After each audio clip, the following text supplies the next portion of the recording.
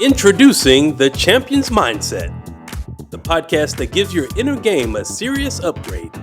Join internationally renowned mindset and performance expert, Kathryn Orford. Well, hello there, everyone, and welcome. Welcome to the Champion's Mindset.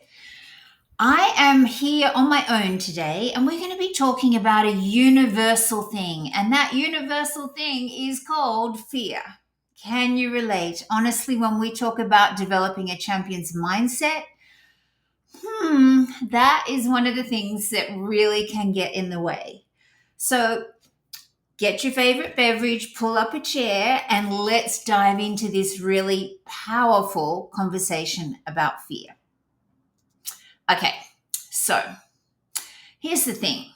Fear isn't always loud. It's not always dramatic. It might be that really subtle, sneaky whisper that says, what if I fail? What if my teammates laugh at me? What if the coach finds out I'm not as good as he thinks I am? Etc. Let me share a story with you. Years ago, I was coaching a client who I'd also actually taught dance to from the age of 4 to 14. She had turned professional, she'd been overseas dancing, and unfortunately, she had to return home because her partner dropped her. And he dropped her in high heels, and she tore all of the muscles and the tendons in her ankle. So she'd been sent home to heal. Now, her ankle was now healed, but she was in a real funk. She lacked direction. She actually told me that she was kind of ready to give up on performing. And I thought, she cannot do that. She is too talented. So I asked her if she was going to try out again for So You Think You Can Dance. This is years ago, right? When they used to have So You Think You Can Dance on TV. And she said, oh, no, Kathryn, I'm not going to try out for that. And I said, why not? You see, the first year, they held auditions and she tried out, but she didn't get chosen. Now, it wasn't because she wasn't talented. She was incredibly talented. It was because they'd held auditions in every major city in Australia first. So by the time they got to Sydney, they only had 20 spots left in the top 100.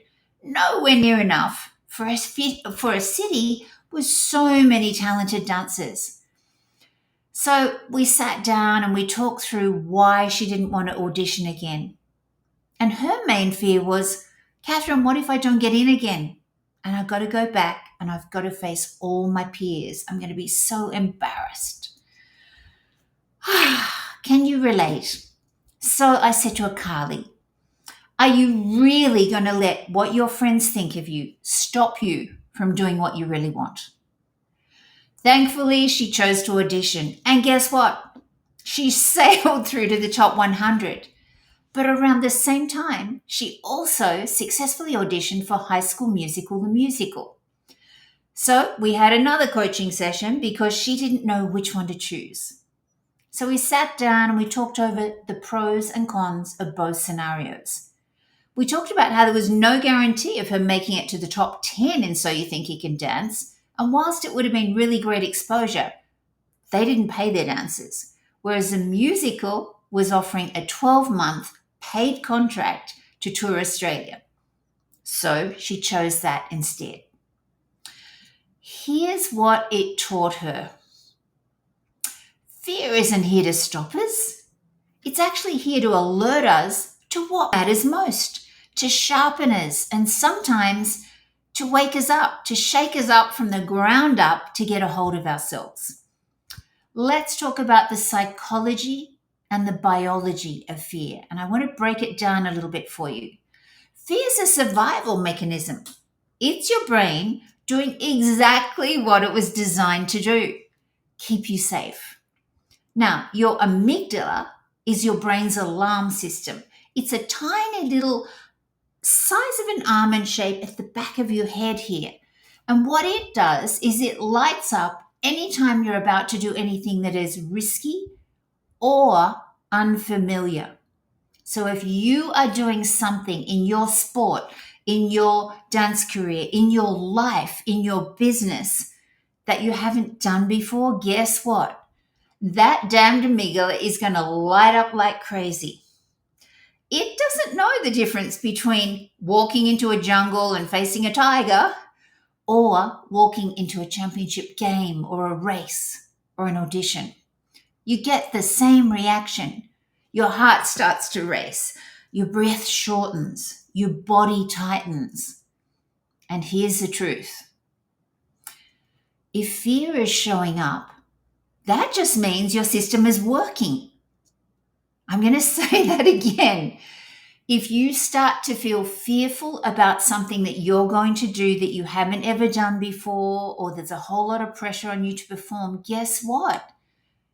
It's doing its job to alert you. It's actually working. But here's the key. Like what Carly did, you get to decide what happens next. The only way to get in the zone or in the flow, whatever you want to call it, is actually how to learn how to manage your fears. Because guess what? Those fears are not going to go away, but you get to choose. Will you reassure the fear that you've got this, or will you allow fear to run the show? Let's talk about the 4 common fears that can often keep us playing small. The first one is fear of failure. What if I mess up? So I coach a lot of basketball players and a lot of basketball teams, as well as all sorts of other athletes, performers, and their coaches, as well as high achievers in the workplace. So if you're in the workplace and all of a sudden the sales manager says to you, take over this presentation, and your inner critic starts going nuts and you go, oh my God, what if I miss out? What if I mess up, right? Or if you've actually never been chosen as the opening 5 and somebody gets sick and you get to be part of the opening 5. If you're worried about the fear of failure, oh my goodness, what if I mess up? What if I let my teammates down? That's going to stop you from being the best you can be out there on that court. The second fear, so the first one is fear of failure. What if I mess up? The second one is fear of judgment. What will they think? Now, these sometimes go hand in hand, right? So if you're fearing stuffing up and letting your teammates down or your relay mates down or whatever it might be, you probably all thinking, oh my God, what will they think of me if I stuff up? Can you relate to that one? First one, fear of failure. Second one, fear of judgment. This third one is interesting. It's actually fear of success. What if I can't keep up what I'm doing? What if I can't keep this up? Like you might be popping 3-pointers in all the time in training. And so the coach puts you in as opening 5 because the person that usually does the 3-pointers is sick that day. And you're going, oh my God, I know I knew I could do it in training, but oh my goodness, what if I can't, what if I can't keep this up? Or maybe you have been the leader. Maybe you have been the leader of your team and they're relying on you consistently. You've got the basketball IQ, you know the best plays to make, etc. But you might be thinking to yourself, oh my goodness, what if I can't keep this up? Are they going to think that I don't deserve to be the leader? And the fourth one is the fear of unknown. Now, that's like, what if I don't know what's going to happen next? Well, guess what? None of us know what's going to happen next. The only certainty in life is uncertainty. Let's face it. So we have to really get a hold of ourselves and go, I don't know how well I'm going to play today, or I don't know how well I'm going to swim today, or I don't know if I'm going to land this audition, but I am going to go in there and do my best to stay in the moment. Is this making sense? I hope so. So now, especially for athletes and performers, even people in the workplace, fear of judgment is huge. I coached a basketball player who was more afraid of what their father, their teammates, or their coach would think than of actually missing the shot themselves. Crazy, huh? And what does that do? It tightens their body. It hijacks their focus because they're focused on, oh my God, what are they going to think? It blocks their natural talent from coming through. So let's talk about fear of judgment. Fear of judgment is actually fear of rejection. I'm going to say that again. Fear of judgment is often about fear of rejection. We all want to belong. So here's where it gets a little bit deep. Fear of judgment isn't really about performance. It's about connection, rejection, and a sense of belonging. Our brains are wired to seek approval. So when we fear being judged, we're really fearing being left out, misunderstood, or worse still, dismissed. It makes sense, right? But here's the cost. The more we chase approval from others, the less we trust our own inner voice. So we start playing not to lose instead of playing to win. Goodness me, the amount of teams that I have coached where this has come up, I cannot tell you, over and over and over again. You have to actually practice not until you get something right. Whether you're in a sales team in the workplace, whether you're an athlete, a performer, we have to rehearse and rehearse and rehearse. If we're a performer, we have to practice and practice and practice and train and train and train and lift weights and work on our mindset. Okay, so many athletes that I get to work with, thank heavens, start to realize that no matter how much physical skill they've got, if they don't have their head in the game, if they don't have the actual mastering their inner game, they are never going to develop to their true potential. So instead of playing to lose, you need to start playing to win. Okay? And in order to be able to play to win, you have to have put in the hours not to get something right, not to go, oh, I understand my 3-throw, or oh, I did my tumble turn in the relay really well if you're a swimmer, or I've really rehearsed this audition piece and I know it really well. It's not about getting it right. You need to practice until you cannot get it wrong. I'm going to say that again. You need to practice until you cannot get it wrong because it has been rehearsed and rehearsed and rehearsed. And when you get into that situation, whether it's a game, a race, an event, an audition, your brain already knows what to do because it's been so wired. Is this making sense or is this making sense? Please comment in the comment section if anything I'm saying is actually landing with you. So, learn to be in the moment with no attachment to the outcome. Now, this is really tricky if you are playing a competitive sport or perhaps you are auditioning as an actor or a singer or a performer. But it's where the magic happens, folks. You've got to learn to be right there in the moment. Trust that you've put in all the work. All of the work is kind of in your cape, your invisible cape that you show up with, okay? Superwoman, Superman, Superperson cape, whatever you want to call it. And you've just got to be there then.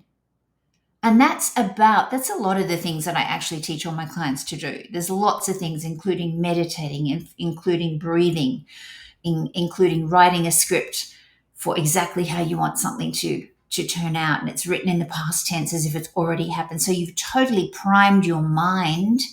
And the mind-body connection, of course, is like this, that you are so well rehearsed that you can just be there. You can just be there in that moment. Let me share another story with you. Many moons ago, I opened my first dance school at 21 and I've been teaching dance for 3 years. I separated from my husband and I decided to sell the school and head overseas to dance professionally. So I found a fabulous teacher at the Pineapple Dance Centre and I gave him 100% permission to actually whip me into shape. His name was Sylvester. He was gorgeous. And I said to him, Sylvester, I've been teaching children for 3 years. I want to really dust off the rust. I want to work on my technique. And I give you permission to really whip me into shape so I'm ready for auditions. Back then, I think it might still be around, there was a newspaper called The Stage, and it had all the auditions for dancers, singers, actors, performers of all sorts.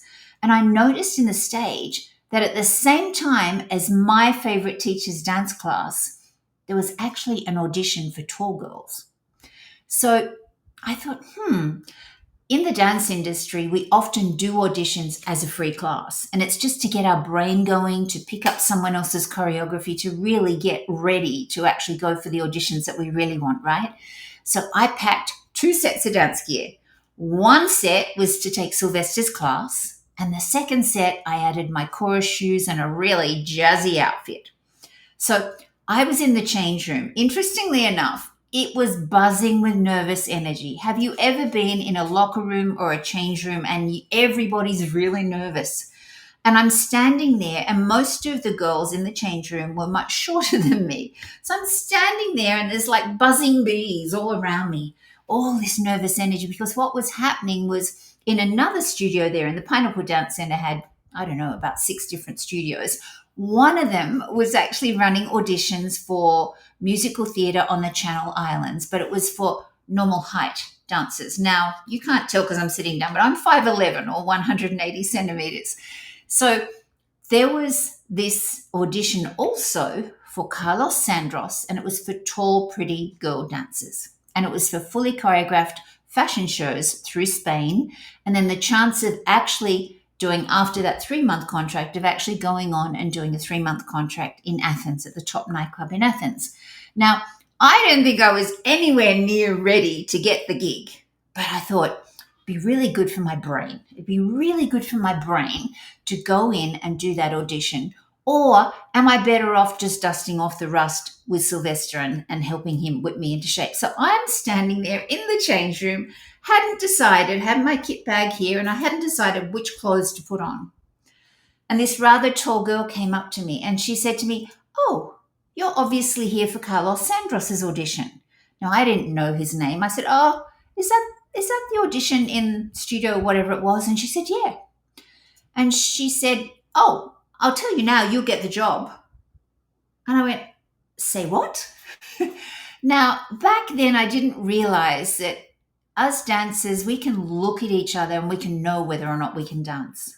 It's probably the same in your industry. Whatever sport you are playing or whatever, you probably have a pretty good sense of whether or not someone really knows, got their act together. But I didn't realize that at the time, right? I think I was 25 at this stage. And I hadn't done a lot of work in Australia. I'd choreographed a few hair shows, but there's not much work in Australia, right? So I wasn't that experienced. However, I got curious because she said, "Oh, you'll get the job." And I went, "You know what? I'm going to go to that audition and I'm going to see." Well, it was interesting. We didn't have set choreography to pick up. She had us doing progressions down the room, and she said, she'd do a kick combination or something. And she'd say, "At the end, I want you to do 2 bars of 8 and improvise." Now, I was good at improvising because before I ever attended my first dance class, my mum used to say to me, "Do what the music says." So here I am. I'm not there to get the gig, right? So I'm relaxed.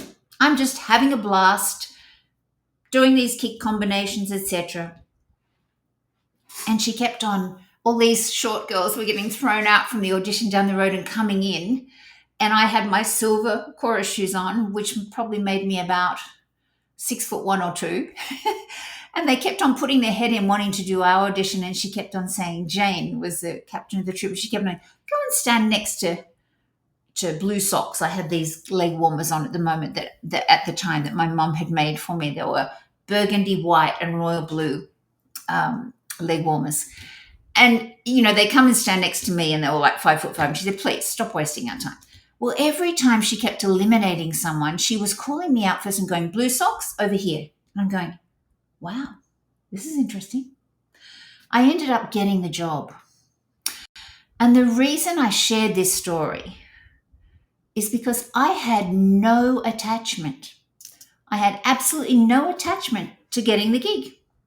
I was just there to do the audition as a free lesson and dust off the rust and get my brain going, get my brain used to picking up someone else's choreography. So, how often are you in the moment in whatever sport or performing arts or in the workplace, really? How often are you just totally present and in the moment, trusting that you've already put the work in? I'm sure you've heard the phrase, the acronym that fear is either false expectations appearing real, because we get all these stories going in our head, but I prefer the other one, which is face everything and rise.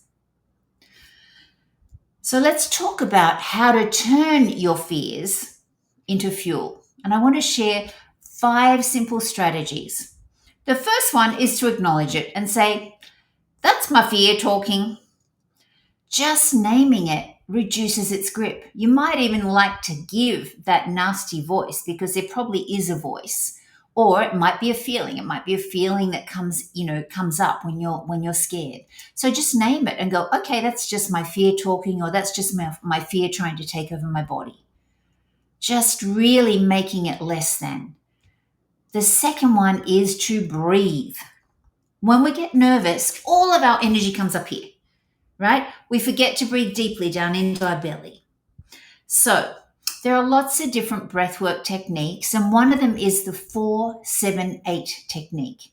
And that is, you breathe in for 4, right down to your belly. You hold it for 7. And then you breathe out as if you're breathing out through a straw for 8.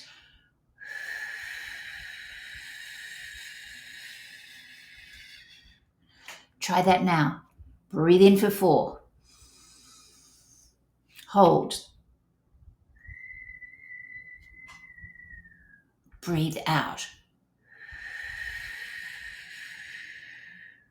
If you do that 7 times before you hit that court, dive into the pool, go to that audition, go to that sales meeting or whatever, it's going to ground you.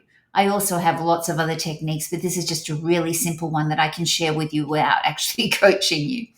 So, second one is breathing, okay? It actually resets your nervous system, which is really, really cool. The third one is reframe it. Ask yourself, what would I do right now if I fully trusted myself? I'm going to say that again. What would I do right now if I fully trusted myself in this moment? And the fourth one is to visualize. Just rehearse, pre-play the moment going well. Now, it's really important that you see it, you feel it, you hear it, and you hear what you're saying to yourself in your head. Your brain doesn't know the difference between real and imagined success. And if you know what your learning style is, then obviously you want to be visualizing in your preferred learning style. This is another thing that I talk about when I coach teams and individual athletes and performers. If your coach, for example, is constantly saying to you, visualize your free throw, visualize your free throw. If you are not primarily a visual learner, you might be a kinesthetic learner like me. I'm kinesthetic and then I go quickly into visual. But for example, somebody that is primarily kinesthetic and then goes into auditory is not going to visualize the same way that a visual learner is. A visual learner is going to get a really clear picture. Okay, they can brighten the screen, they can turn it up, they can make it bigger.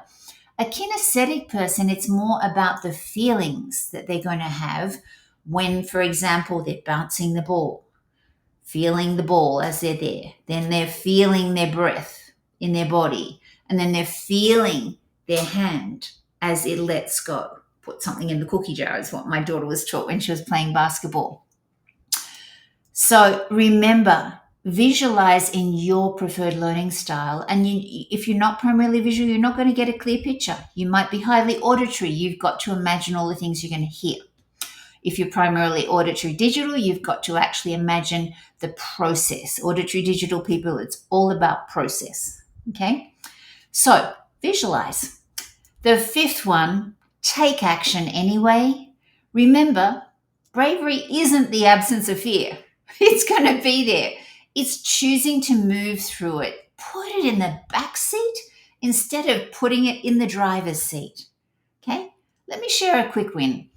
One of my teenage athletes was terrified of free throws. Now, they had the skill down pat and they would practice and do their free throws beautifully in training. But when it came to actually the games, she'd choke. So we practiced breathing.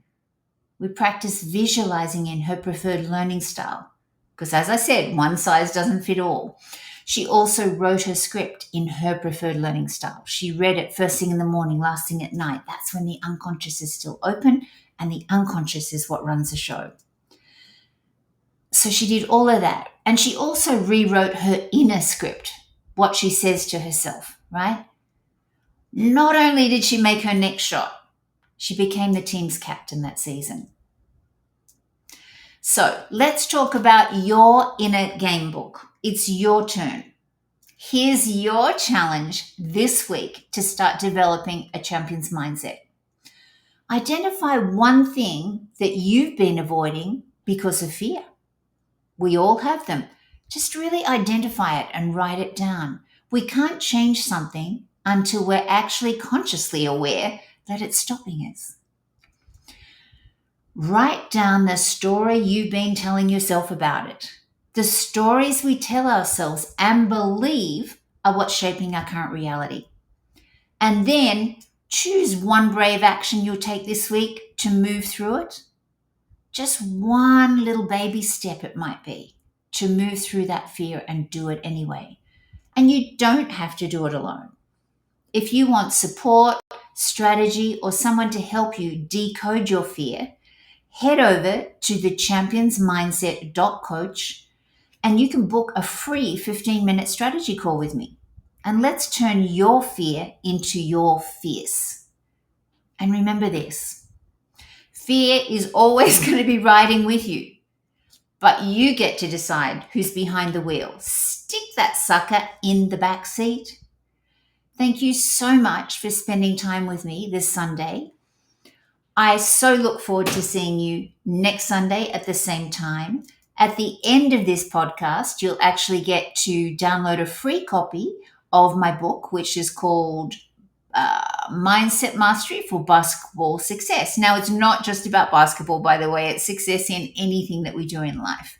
So keep taking that shot, running that race, attending that audition, whatever it is for you. Maybe it's a sales meeting.